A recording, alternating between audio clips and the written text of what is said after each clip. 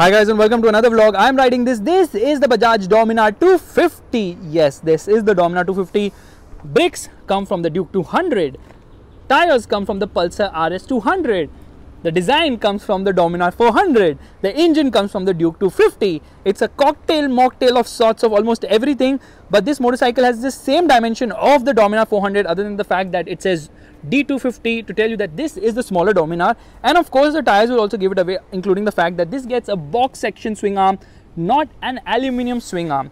However, in terms of design, it does look decently nice. In fact, it looks like a mini Ducati Diavel. However, certain elements on this motorcycle could have been done slightly better for the fact that it doesn't get the same instrument cluster as a Dominar 400, the updated model. It gets the one which was there on the non-updated Dominar 400, the one which was initially launched, which means that when you turn on this, one second, engine kill switch activated. Yeah, so as you can see, this instrument cluster is kind of loaded but misses out on a ton of information, like there's no gear position indicator, there's no range indicator and all those things which was there earlier. However, this lower one is also not the new one, which means that it doesn't give the information which the new one gives. It shows you the Bluetooth logo though. That is actually the Bajaj logo, not the Bluetooth logo. The handlebar feels kind of lighter because of lighter bar end weights, and fit finish is decent, not the best. Build quality is good, not the best, not bad at all, but somewhere in between what you expect from Bajaj, of course. Says DTSI right there, and that is showing you the coolant in the motorcycle. Meanwhile, the tires kind of feel small, and these are MRF Nilo Grip Zapper tires on this motorcycle.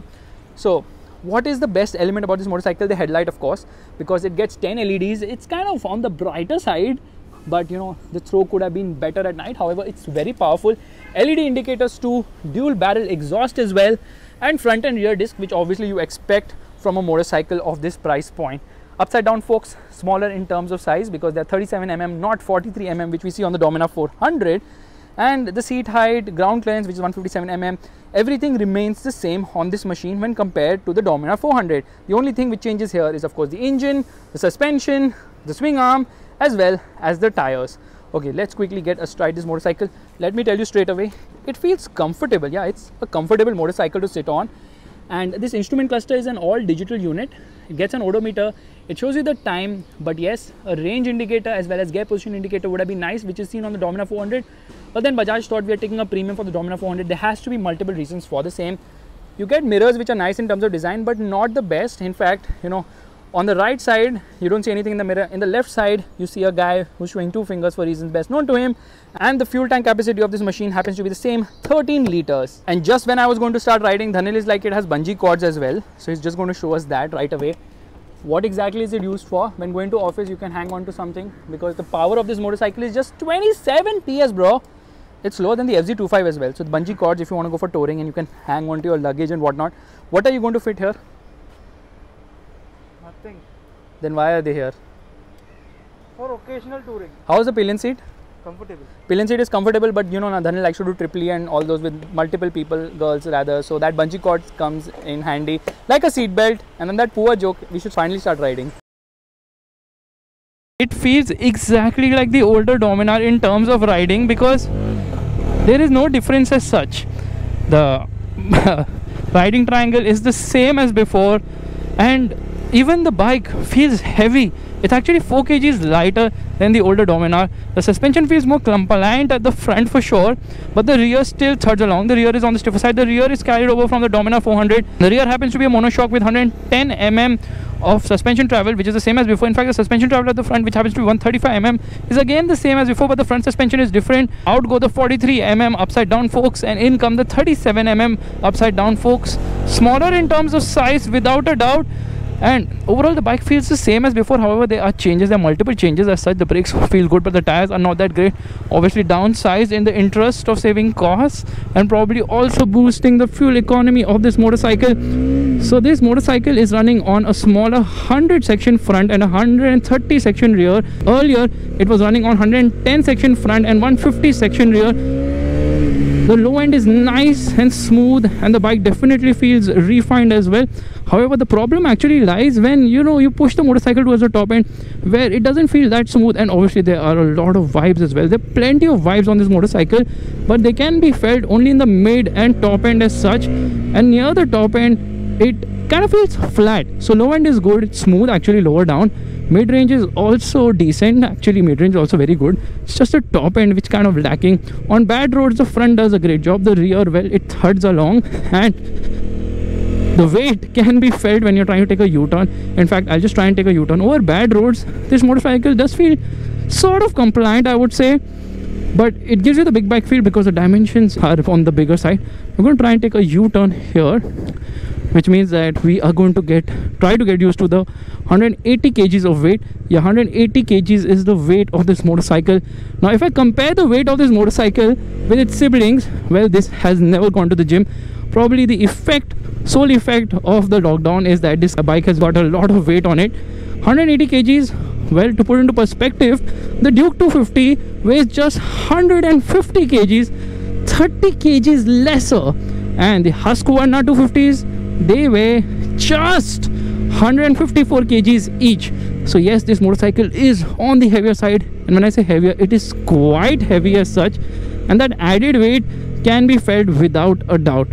But that said, this 250cc engine is shared with the Duke as well as the Husqvarna 250s.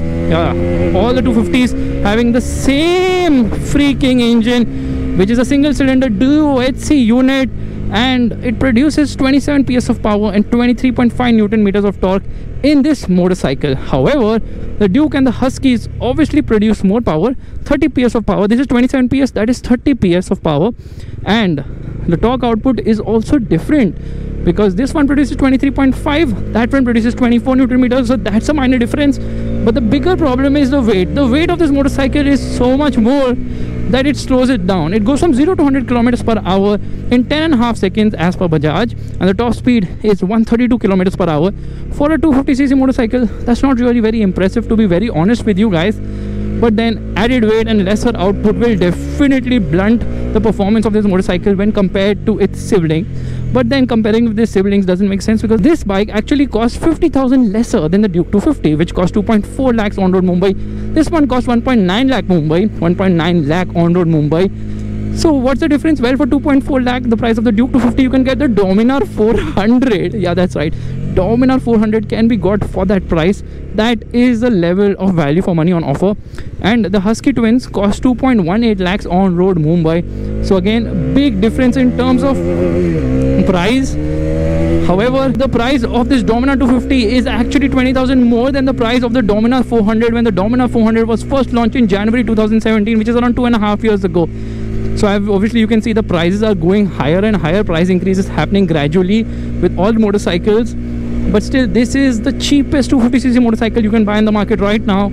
But then the Yamaha FZ25 is not yet on sale, the BS6 model. So that is the difference as such. Brakes are good. I mean, the bite isn't very sharp. It's gradual. Does a great job too.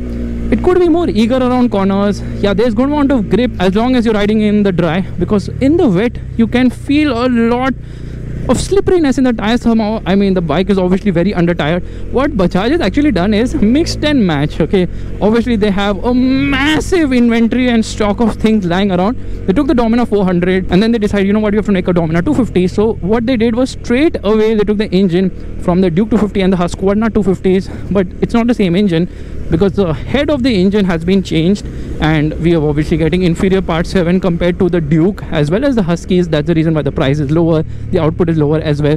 They're giving it an additional spark plug, so it's got twin sparks, not triple sparks in that sense. Meanwhile, the Duke and the Huskies have one spark plug each. So that is the difference. And of course, in terms of the suspension also, what we're going to do is we're going to launch this motorcycle, and here we are into first gear, revving the motor, and off we go.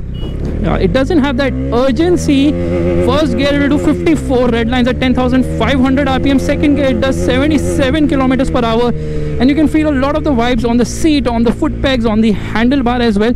But that's mostly once you get past 7,000, 8,000 RPM. Till then the vibrations are very much in control.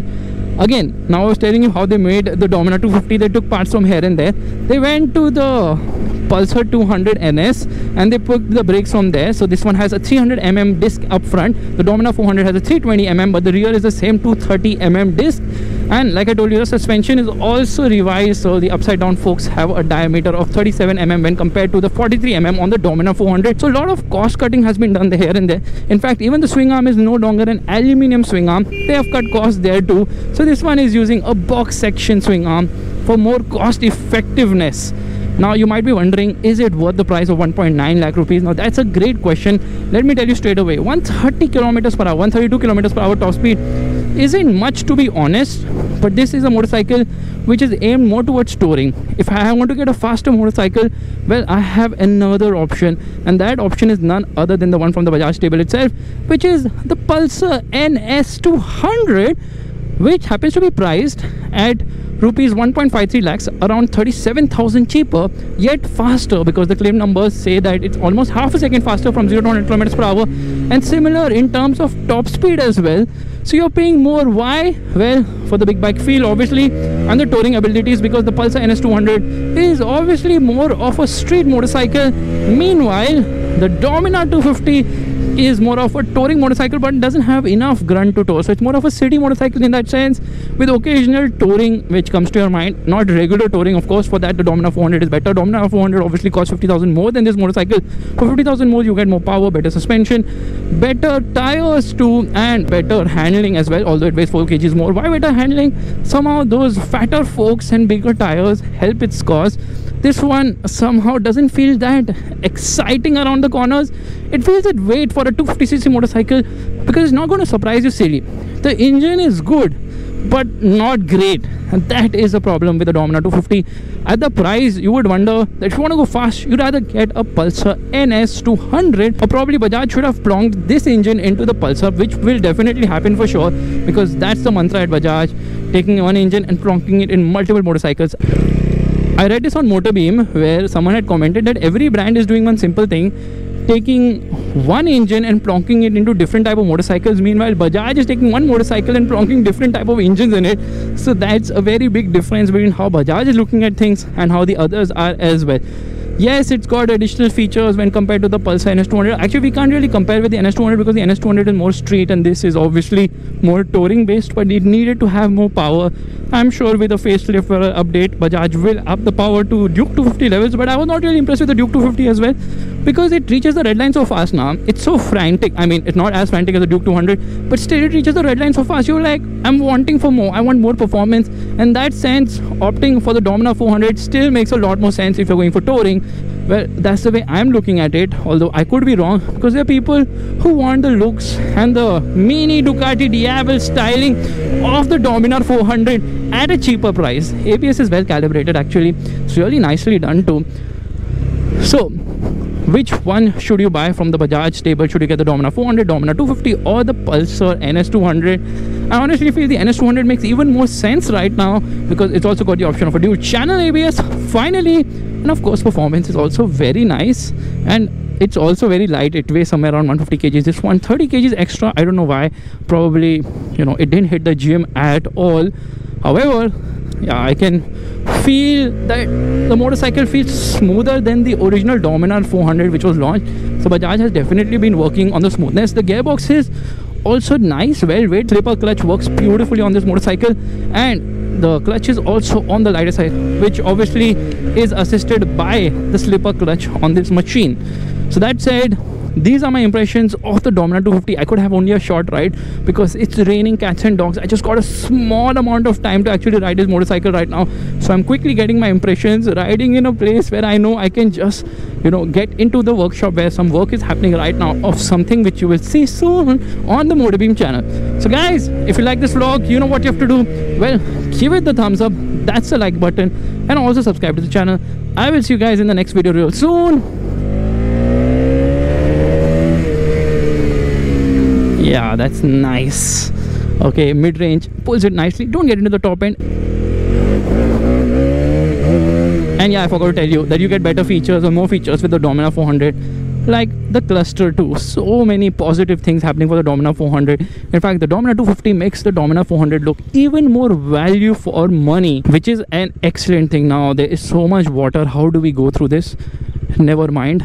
We are just going to go. And here we are. Is the end of the vlog. Bye bye.